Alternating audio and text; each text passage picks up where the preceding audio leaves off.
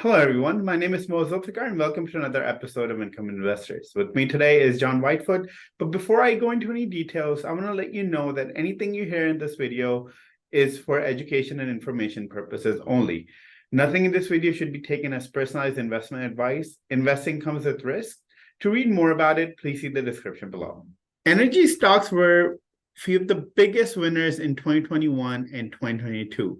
But since the beginning of 2023, they have taken a backseat to technology stocks where, technology sector is up about 37% year to date. Meanwhile, energy sector is down closer to 2%. Tech is being fueled by a handful of artificial intelligence stocks, while energy sector is being held by weaker demand for oil from China and ongoing fears of recession. Green Plains Partners LP, traded on NASDAQ under symbol GPP, is one energy stock that is seriously bucking the trend. John?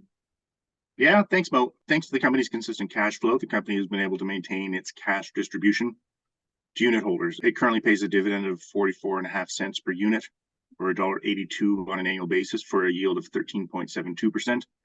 For context, the U.S. inflation rate is 3%, and most dividend-paying tech stocks have yields below 2%.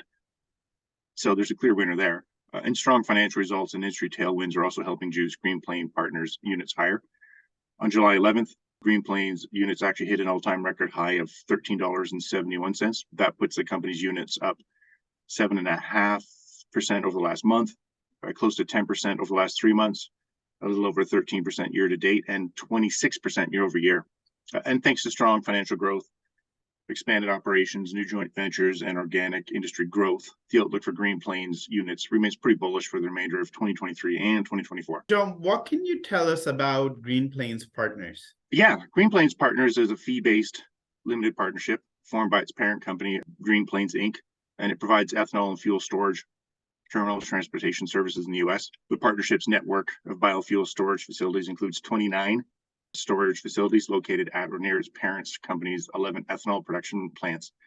And those are in Indiana, Illinois, Iowa, Minnesota, Nebraska, Tennessee, and Virginia. These combined facilities have a combined throughput capacity to support its parents' approximately 1 billion gallons of annual production capacity. Its biofuel storage assets have a combined capacity of approximately 25.9 million gallons. Its biofuel terminals have a total storage capacity of around 7 million gallons. And its transportation assets include a leased railcar fleet of approximately 2,500 railcars. And those railcars are dedicated to transporting ethanol and other fuels to refineries throughout the U.S. and international export terminals. As you mentioned, their shares are at record level. They must have done some great things in the last quarter. Yeah, exactly. For the first quarter, which ended March 31st, Green Plains announced that total revenue increased almost 9% year over year to $20.7 million. Net income was down slightly at $9.9 million or 42 cents per unit, compared to $10.4 million or 44 cents per unit for the same period in 2022. The partnership also reported adjusted EBITDA of $12.5 million and distributable cash flow of $10.8 million. The company ended the first quarter with $18.1 million in cash and equivalents and total debt of just $58.6 million. What about its frothy distributions?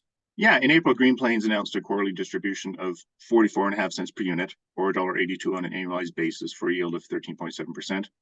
Now it's held its quarterly payout at 0.455 per unit since November 2022. And if you look at the chart, you can see that it fluctuates from month to month. Back in March 2020, the company's units cratered during the opening weeks of the pandemic. The company's board actually took the opportunity to reduce its cash distribution to 12 cents per unit.